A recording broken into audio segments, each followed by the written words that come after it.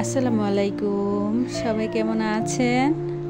কাছে দূরে দেশ অথবা দেশের বাইরে যেখান থেকে আমার ভিডিওটি দেখছেন কিংবা দেখবেন, আশা করি আল্লাহর অশেষ রহমতে সবাই অনেক ভালো আছেন।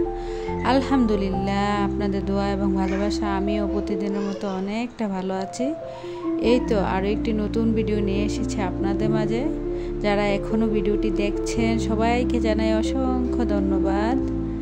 এই তো আজকে সকালবেলা ফুলের শুভেচ্ছা দিয়ে ব্লগটি শুরু করতেছি। কাল যেহেতু আমি কোনো ভিডিও দেইনি, তাই আমি কালকে এই ফুলগুলা পরিষ্কার করে ধুয়ে দিয়েছিলাম এবং শুকিয়েও নিয়েছিলাম। এখন এগুলা একে একে সব কিছু গুছিয়ে নেব। দেখেন মাশাআল্লাহ, আপনাদের সাথে একটা ফুলের টব শেয়ার করতেছি। এই টবটা ছিল মাটির, এই দুটোটা টবই মাটির ছিল আর এগুলো দেখতে অনেকটাই সুন্দর ছিল। আমাদের এলাকায় কিছুদিন আগে একটা মেলা হয়েছিল, ওই মেলা থেকেই আমি টবগুলা নিয়ে এসেছিলাম।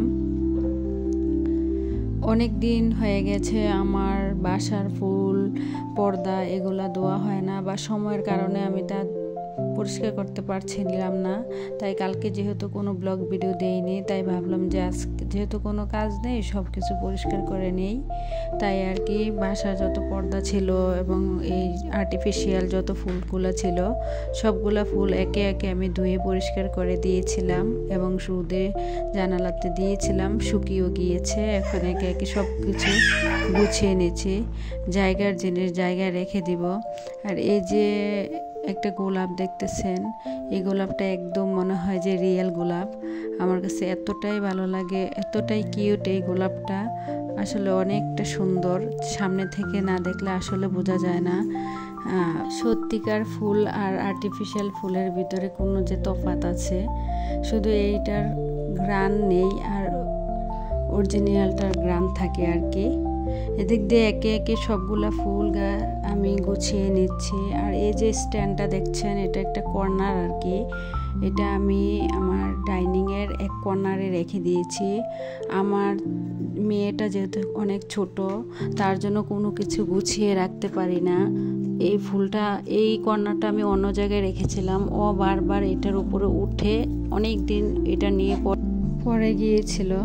আর এদিক দিয়ে দেখেন পর্দাগুলো ধুয়ে শুকিয়ে নিয়েছি। এখন একে একে পর্দাগুলা আমি জায়গা আটকে দেব আর কি। কিছু পর্দা আগে থেকে সেট করে দিয়েছি, আর এখন জানালার পর্দাগুলো বাকি রয়েছে। এখন আমি জানালা পর্দাগুলো লাগিয়ে নেব। এখনও যারা আমার ভিডিওটি দেখছেন প্লিজ একটি লাইক দিয়ে দেবেন। আপনাদের একটি লাইকই পারে আমার ভিডিওটি অনেকের কাছে পৌঁছে দিতে। আর যদি খুব ভালো লেগে যায় তাহলে প্লিজ পাশে থাকা বেল বাটনটি প্রেস করে দেবেন, যাতে করে আমি কোনো নতুন ভিডিও ছাড়ার সাথে সাথে আপনার কাছে নোটিফিকেশন চলে যায়।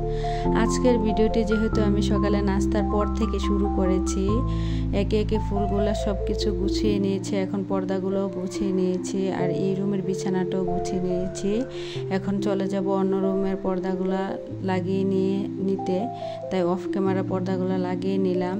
আর এদিক দিয়ে আমার হেজাবটাও পাল্টে দিয়েছি, কারণ আমার ওই হেজাবটাতে মুখোশ নাই আর কি, আর এইটাতে মুখোশ সিস্টেম। তাই ভাবছি যখনই কাজ করি না কেন ভিডিওর কোনো অংশ যদি দেখা গেল যে আমার ফেস দেখা যায়, তার জন্য আর কি। এদিক দিয়ে এই বিছানাটা গুছিয়ে দেব, তার জন্য একটু অনেক দিন হয়ে গিয়েছে এই বিছানাটা মানে খাটটা আর কি মোছা হয় না। আমার ঘরের বেশিরভাগ ফার্নিচারই দেখবেন কাঠের জিনিস আমার খুব বেশি পছন্দ, কিন্তু কাঠের জিনিসগুলো পরিষ্কার রাখতে হয় আর কি। তারপরেও অনেকদিন পরে পরে পরিষ্কার করলেও কোনো সমস্যা হয় না, কারণ এগুলোতে ময়লা বলে অতটা বেশি দেখা যায় না আর কি। এদিক দিয়ে আমি এই বিছানাটাও গুছিয়ে নিয়েছি। মাশাআল্লাহ, দেখেন বিছানাটা গুছানোর পরে কতটা সুন্দর লাগছে। এরই মাঝে এই কাজগুলা গুছিয়ে আমার মেয়ে অনেক কান্নাকাটি করতেছিল।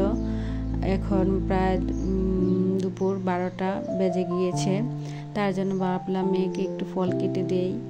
আর ও প্রায় সময় কি করে জানেন, আপনাদের বাচ্চাগুলো জানি না এরকম করে কিনা, তবে আমার মেয়েটা এরকম করে আমি যখনই ফ্রিজে কোনো মানে ফ্রিজ থেকে বেশিরভাগ সময়ে আমি বাজার থেকে ওর জন্য ফল যে আপেল, মাল্টা, ড্রাগন, তারপর এই যে কাঁচা পেয়ারা এগুলা নিয়ে আসি, কারণ আমার মেয়েটা না এইগুলো অনেক পছন্দ করে। এখন তো আমরার সিজন, তার জন্য এগুলো যখন এনে ফ্রিজে রেখে দেই, আর ও কী করে বারে গিয়ে ফ্রিজের কাছে গিয়ে, মানে ফ্রিজ তো আর খুলতে পারে না, মানে কান্না করতে থাকবে যে ফ্রিজটা খুলে দাও, মানে এরকম আর কি অবস্থা। তখন তো আমি বুঝি না ও কিছু খাবে, তার জন্য আর কি যখনই ও ফ্রিজের কাছে গিয়ে এরকম করতেছিল তখন আমি বুঝতে পেরেছি ও কিছু খাবে হয়তো, তার জন্য এই তো মালটাটা আর পেয়ারা কেটে দিয়েছি, এদিক দিয়ে ও খেয়ে নিচ্ছে। তারপর আমি চলে এসেছি দুপুরে রান্নাবান্না করার জন্য। আজকে আমি রান্না করব তো ছোট মাছ অফ ক্যামেরায় বেজে নিয়েছিলাম।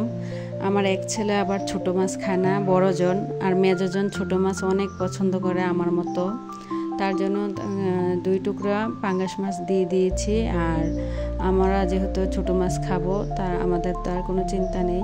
এদিক দিয়ে পেঁয়াজ ব্লেন্ডার করে নিয়েছিলাম, ছোট মাছগুলো আমি একটু কড়া করে ভেজেছিলাম, তো আমি ভাবছিলাম যেহেতু পেঁয়াজ দিয়ে মানে ভুনা টাইপের করব, তার জন্য ভাবলাম যে পেঁয়াজটা ব্লেন্ড করেই নেই। এদিক দিয়ে একে একে মাছগুলো দিয়ে দিয়েছি। আজকে বেশি কিছু করব না, মাছ ভুনা করব। আর অনেক দিন হয়ে গিয়েছে ভালো খেতে, মানে একদম নিজের কাছে অনেকটা খারাপ লাগে বাড়ি খাবার খেতে কেন যেন ভালো লাগে না, মন চায় যে এখন কিছু ভর্তা বা শুটকি খাই। এজন্য এই যে দেখেন কালো বেগুন দিয়ে আলু দিয়ে আমি এখানে শুটকি দিয়ে রান্না করেছি অফ ক্যামেরাতে। আর এদিকে এই তো মাছ ভুনাটা হয়ে গিয়েছে। আমার দুপুরে রান্নাবান্না শেষ করে নিয়েছি। মাশাআল্লাহ তরকারিগুলো কত সুন্দর হয়েছিল, দেখেন মাশাআল্লাহ কালারটা কত সুন্দর হয়েছে শুটকি তরকারির। এরই মাঝে গোসল নামাজ সব কিছু সেরে নিয়েছি। ছোট্ট বাচ্চা যেহেতু আছে সব কিছুই খুব তাড়াতাড়ি করতে হয়, আমার কাছে তাড়াতাড়ি কাজ করাটা খুবই ভালো লাগে। এদিকে এই যে দেখতে পাচ্ছেন এটা ছিল চালতার টক, একজনের কাছ থেকে গিফট পেয়েছিলাম আর কি বললেই পারেন। ভিডিওটা এই পর্যন্তই, সবাই ভালো থাকবেন, খোদা হাফেজ।